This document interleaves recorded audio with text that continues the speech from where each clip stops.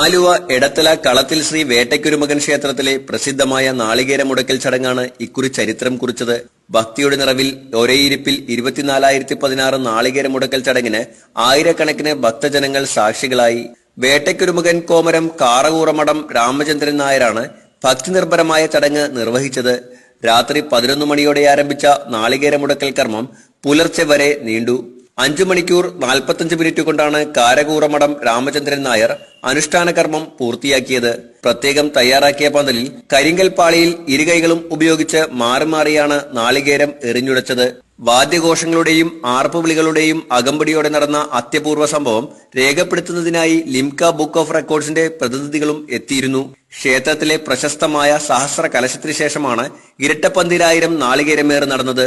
മുൻ chief secretary R Ramachandran Nair, professor K R Ramankartha, Vayalar Sarath Chandra Varma, വിവിധ ജനപ്രതിനിധികൾ എന്നിവരും സന്നിഹിതരായിരുന്നു. ACV news, Aluva.